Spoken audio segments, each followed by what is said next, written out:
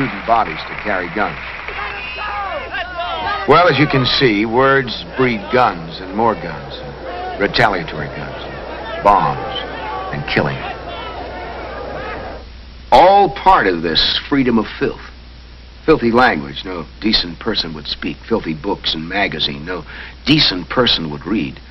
And filthy movies and stage shows no decent person would sit through. All of this filth. To what purpose? Fast buck, I suppose. No, that's not the purpose. That's the lure. Lure? Sure. But the single, all-out, deadly purpose is the destruction of this country. See, our enemies, headed and masterminded by worldwide communists, they found out that they can't destroy us from without until first they weaken us from within. And John, they think they can do it. They have every reason to think so. Historian Arnold Toynbee points out that's how 19 out of 21 nations have gone down the drain before us. Internal decay. The breakdown of moral, ethical, and religious principles. That's what I tried to tell him. The ragtags have to deny God, because as long as people believe in God and his laws of decency, then they won't go along with what these lowlives want to do. To create an atmosphere of general acceptance to all kinds of degeneration. And to sell their propaganda, they need a lure. The fast buck, huh? It's lure enough for certain types of publishers and producers. Then for the younger generation, the lure, of course, is free sex, you see. Because it makes light of marriage and breaks down the institution of the home quicker than anything else. Instead of love, honor, and cherish as long as you both shall live, it's, hey, let's shack up, baby. As long as you please me sexually, or as long as you pay the bill. Or until someone else comes along that I like just as much. Oh, Doc, your bucket won't hold water. Come again? You paint free sex too black and married sex too white. But forget what I think personally, but what you think. Your own university doesn't agree with you. Here's this year's catalog. Turn to page 27. I know what it says on page 27, or rather what it doesn't say. Right. And it only took 2 years. Now, 2 years ago, the students demanded and got student representatives on various governing boards. And soon after, the rule was changed to permit men and women to room in the same dormitories. Now, this year, the Student Faculty Housing Board voted to drop the rule against cohabitation, premarital sex, and overnight visiting.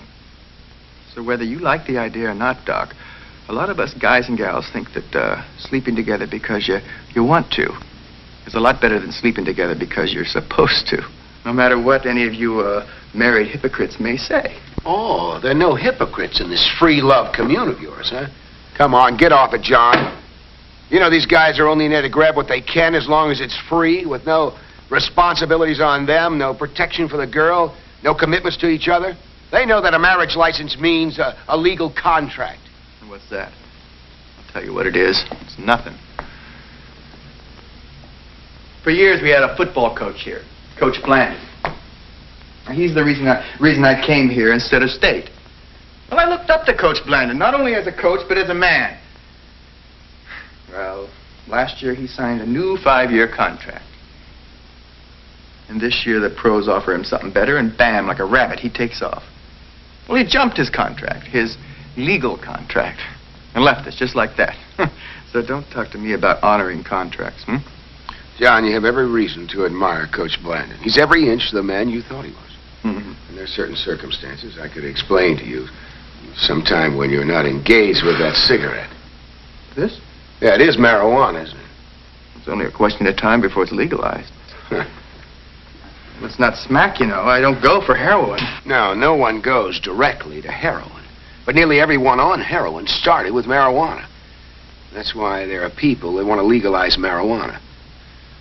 They figure if they can get the young people of this country onto hard drugs, they can destroy your generation, or in this generation. Now, Doc, let us not get uptight.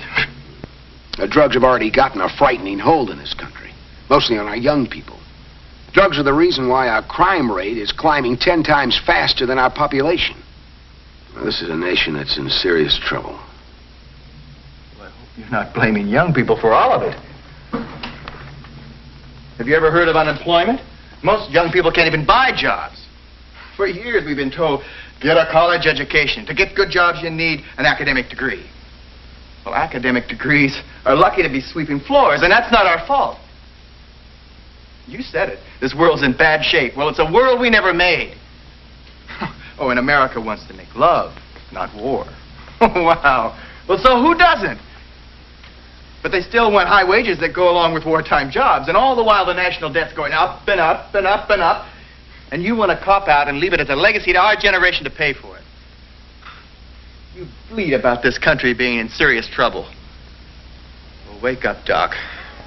This country's already over the brink. It's down the drain. You talk about an America that no longer exists. Get up! Sit down, Doc. What did you say? I said sit down. Those are our commandos out there. They're in the building now. They're wrecking the place. Don't try it, Doc. Don't be a hero with a broken head. You know what they'll do to all of you for doing this, huh? Sure. Nothing. They never do. We're legal dissenters, didn't you know?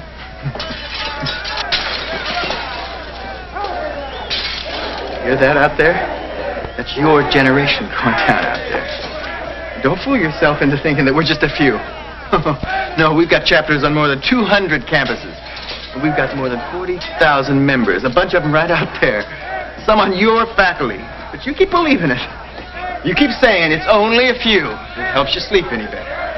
Gives you an excuse not to do anything, doesn't it? Well, that's what we're counting on. Your beautiful gullibility. Your stupid do nothing about it. That all helps us wreck your establishment. Baby, we are the new revolutionaries. Jonathan, where'd you get that? Don't tell me you brought it with you. Nope. Found it in the museum. No powder shot, though. I promise you, you and your commandos will pay for this. No way. If we had to pay for wrecking things, we had to stop long ago. Jonathan! Open the door! Johnny. I said open it! Hey.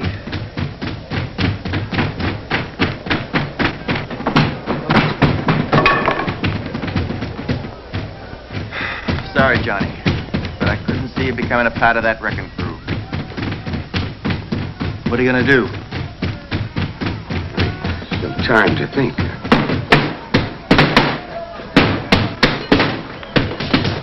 You better think fast, Professor. You don't have much time left.